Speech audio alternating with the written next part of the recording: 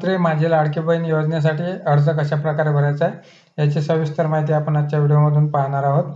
तर ऑनलाईन अर्ज हे भरणे अजून पर्यंत सुरू नाही झालेले आहे, पण त्या ऑनलाईन अर्जामध्ये कोणती माहिती भरायची आहे त्याबाबतचा ऑफलाईन अर्ज हे भरणे सुरू झालेले आहे आणि हा अर्ज कशाप्रकारे भरायचा आहे याची सविस्तर माहिती आता आपण पाहूयात.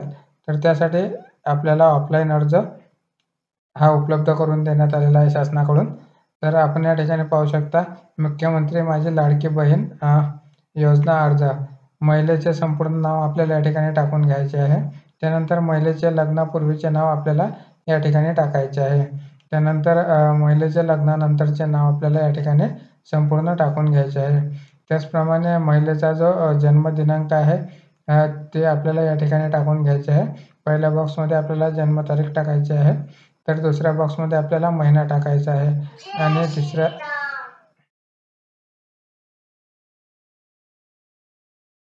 आणि या ठिकाणी आपल्याला जे अर्जकर्ता महिला आहे तिचा जन्माचं वर्ष या ठिकाणी टाकून घ्यायचं आहे. त्यानंतर अर्जदाराचाच म्हणजे त्या महिलेचा संपूर्ण पत्ता आपल्याला या ठिकाणी टाकून घ्यायचा आहे. त्याचप्रमाणे जन्माचं ठिकाण आपल्याला या ठिकाणी टाकून घ्यायचं आहे. त्यानंतर जन्माचा जिल्हा आपल्याला टाकायचा आहे. जन्माचं गाव आपल्याला या ठिकाणी गाव शहर जे असेल ते आपल्याला या ठिकाणी टाकायचं आहे. त्यानंतर ग्रामपंचायतमधील आहे की नगरपंचायतमधील आहे किंवा नगरपालिकेमधील आहे, तर त्याचा उल्लेख आपल्याला या ठिकाणी करायचा आहे. ग्रामपंचायत असेल तर आपल्याला ग्रामपंचायत या ठिकाणी लिहावं लागणार आहे.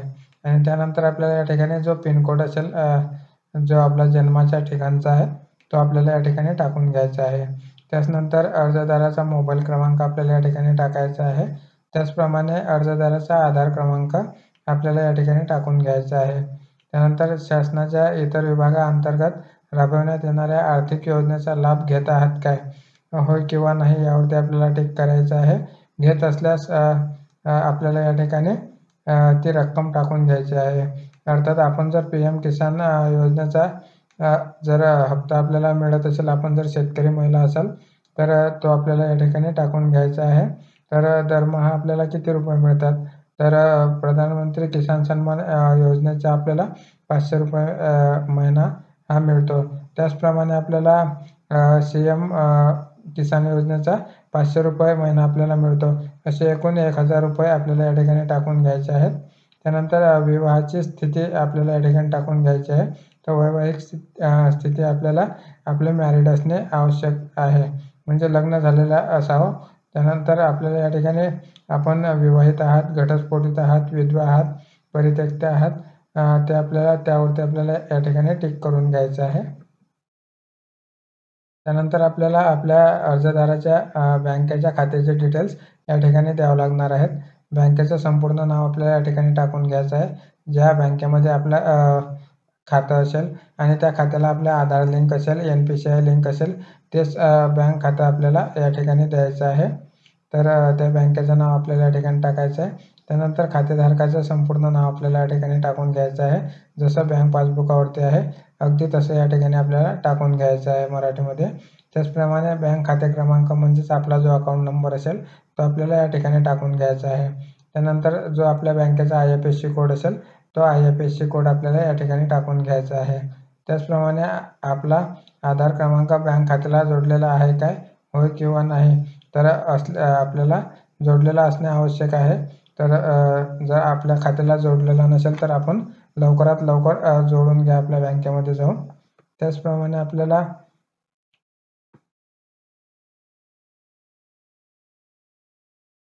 नारी शक्ती प्रहार, अंगणवाडी सेविका, अंगणवाडी मदतनीस, पर्यवेक्षिका, ग्रामसेवक, वार्ड मेंबर किंवा सेतू सुविधा केंद्र किंवा सामान्य महिला यांच्याकडे आपल्याला हा अर्ज करावा लागणार आहे. तर हा ऑफलाईन अर्ज आपल्याला भरून घ्यायचा आहे संपूर्ण. ही माहिती आपल्याला आपला ऑनलाईन अर्ज भरते वेळेस आपल्या उपयोगी येणार आहे.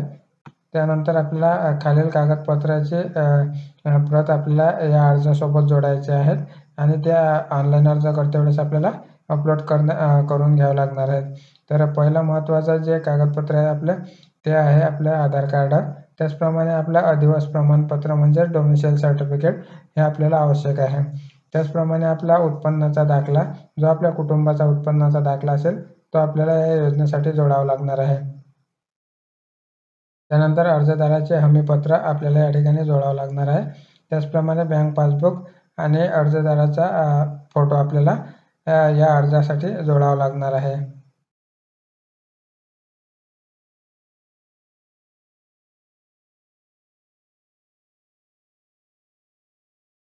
त्यानंतर या ठिकाणी अर्जदाराचे हमीपत्र आपल्याला पाहायला भेटेल. मी घोषित करते की त्यावरती आपल्याला असे टिक मार्क करायचे आहे. बरोबरचा राईट मार्क आपल्याला या चेक बॉक्सवरती करायचा आहे. माझ्या कुटुंबाचे एकत्रित वार्षिक उत्पन्न 2.5 लाखापेक्षा अधिक नाही यावरती आपल्याला टिक करायचं आहे. त्यानंतर माझ्या कुटुंबातील सदस्य आयकरदाता नाही, म्हणजेच इन्कम टॅक्स आपल्या कुटुंबातील कुठली व्यक्ती भरत नाही, म्हणून आपल्याला या चेक बॉक्सवरती टिक करून घ्यायचं आहे. त्याचप्रमाणे मी स्वतः किंवा माझ्या कुटुंबातील सदस्य नियमित कायम कर्मचारी, कंत्राटी कर्मचारी म्हणून सरकारी विभाग, उपक्रम, मंडळ, भारत सरकार किंवा राज्य सरकारच्या स्थानिक संस्थेमध्ये कार्यरत नाही किंवा निवृत्तीनंतर निवृत्तीवेतन घेत नाहीत यावरती आपल्याला टिक करून घ्यायचं आहे. त्याचप्रमाणे मी शासनाच्या इतर विभागामार्फत राबवण्यात येणाऱ्या 1500 पेक्षा जास्त रकमेच्या आर्थिक योजनेचा लाभ घेतलेला नाही यावरती आपल्याला टिक करायचं आहे. त्यानंतर माझ्या कुटुंबातील सदस्य विद्यमान किंवा माजी खासदार, माजी आमदार नाही यावरती आपल्याला टिक करून घ्यायचं आहे. त्याचप्रमाणे माझ्या कुटुंबातील सदस्य भारत सरकार किंवा राज्य सरकारच्या बोर्ड, कॉर्पोरेशन, बोर्ड, उपक्रमाचे अध्यक्ष, उपाध्यक्ष, संचालक किंवा सदस्य नाहीत यावरती टिक करून घ्यायचं आहे. त्यानंतर माझ्या कुटुंबातील सदस्यांचे संयुक्तपणे 5 एकरपेक्षा जास्त शेतजमीन नाही यावरती टिक करून घ्यायचं आहे. आणि त्यानंतर माझ्याकडे किंवा माझ्या कुटुंबातील सदस्यांच्या नावे 4 चाकी वाहन, ट्रॅक्टर वगळून नोंदणीकृत नाहीत यावरती आपल्याला टिक करून घ्यायचं आहे. त्याचप्रमाणे आपल्याला मी वरीलप्रमाणे घोषित करते की मुख्यमंत्री माझी लाडकी बहीण योजना संबंधित पोर्टल ॲपवर आधार क्रमांक आधारित प्रमाणीकरण प्रणालीसोबत स्वतःला प्रमाणित करण्यास व आधार आधारित प्रमाणीकरणानंतर माझा आधार क्रमांक, बायोमेट्रिक किंवा वन टाइम पिन माहिती प्रदान करण्याची सहमती देण्यास माझी हरकत नसेल. मी हे देखील सहमती देते की मुख्यमंत्री माझी लाडकी बहीण योजना माझी ओळख पटविण्यासाठी व प्रमाणित करण्यासाठी माझ्या आधार कार्ड क्रमांकाचा वापर करू शकतात. मी केवळ शासकीय सेवा व योजनांचे लाभ प्राप्त करण्याच्या उद्देशाने अन्य राज्य किंवा केंद्र शासनाच्या विभागाशी माझे आधार कार्ड KYC वर्णन पुरवण्यास सहमती देत आहे. आणि या ठिकाणी आपल्याला जी अर्जकर्ता महिला आहे तिची या ठिकाणी साईन घ्यायची आहे. आणि त्याचप्रमाणे आपल्याला या ठिकाणी एक जी OC आहे ती आपल्याला या ठिकाणी मिळणार आहे. हा अर्ज आपण ऑनलाईन केल्याच्या नंतर ही अर्जाची पावती आपल्याला देण्यात येणार आहे. आणि जो आपला अर्ज क्रमांक आहे ऑनलाईन केल्याचा तो अर्ज क्रमांक आपल्याला या ठिकाणी टाकून घ्यायचा आहे. अर्ज स्वीकारणाऱ्याचे स्वाक्षरी आपल्याला या ठिकाणी करून घ्यायची आहे. ज्यांच्याकडे आपण अर्ज केलेला आहे त्यांची स्वाक्षरी आपल्याला या ठिकाणी घ्यायची आहे. आणि हे आपण अर्ज दाखल केल्याची पावती आपल्याला त्यांच्याकडनं घ्यायची आहे. तर संपूर्ण व्हिडिओ पाहिल्याबद्दल धन्यवाद मित्रांनो. व्हिडिओ जर आवडला असेल तर व्हिडिओला लाईक करा आणि चॅनलला सबस्क्राईब करा. तर ऑनलाईन फॉर्म कशाप्रकारे भरायचा आहे याची सविस्तर माहिती आपल्या चॅनलच्या माध्यमातून देण्यात येणार आहे. आणि हा जो अर्ज आहे या अर्जाची PDF फॉर्म आपल्याला मिळण्यासाठी खाली दिलेल्या व्हॉट्सअप चॅनलच्या लिंकवरती आपण क्लिक करू शकता आणि आमच्या व्हॉट्सअप चॅनलच्या लिंकमधून आपण हा अर्ज प्राप्त करू शकता. त्याचप्रमाणे खाली टेलिग्राम ग्रुपची देखील लिंक दिलेली आहे. त्या ठिकाणावरून देखील आपल्याला या फॉर्मचे लिंक प्राप्त होईल. तर पुन्हा भेटूया अशाच एका नवीन व्हिडिओसोबत. तोपर्यंत जय हिंद, जय महाराष्ट्र.